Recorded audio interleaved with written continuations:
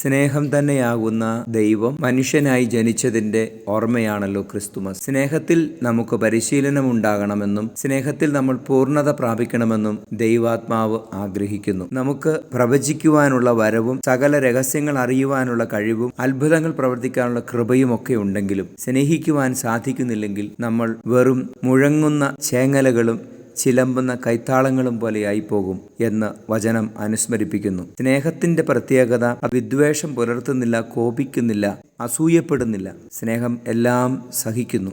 സ്നേഹം എന്നത് അപരനോടുള്ള സഹിഷ്ണുതയും അപരനു വേണ്ടിയുള്ള ആത്മാർത്ഥമായ ആത്മസമർപ്പണവുമാണ്. അവസാനിക്കാത്ത പ്രവാഹമാണ് സ്നേഹം.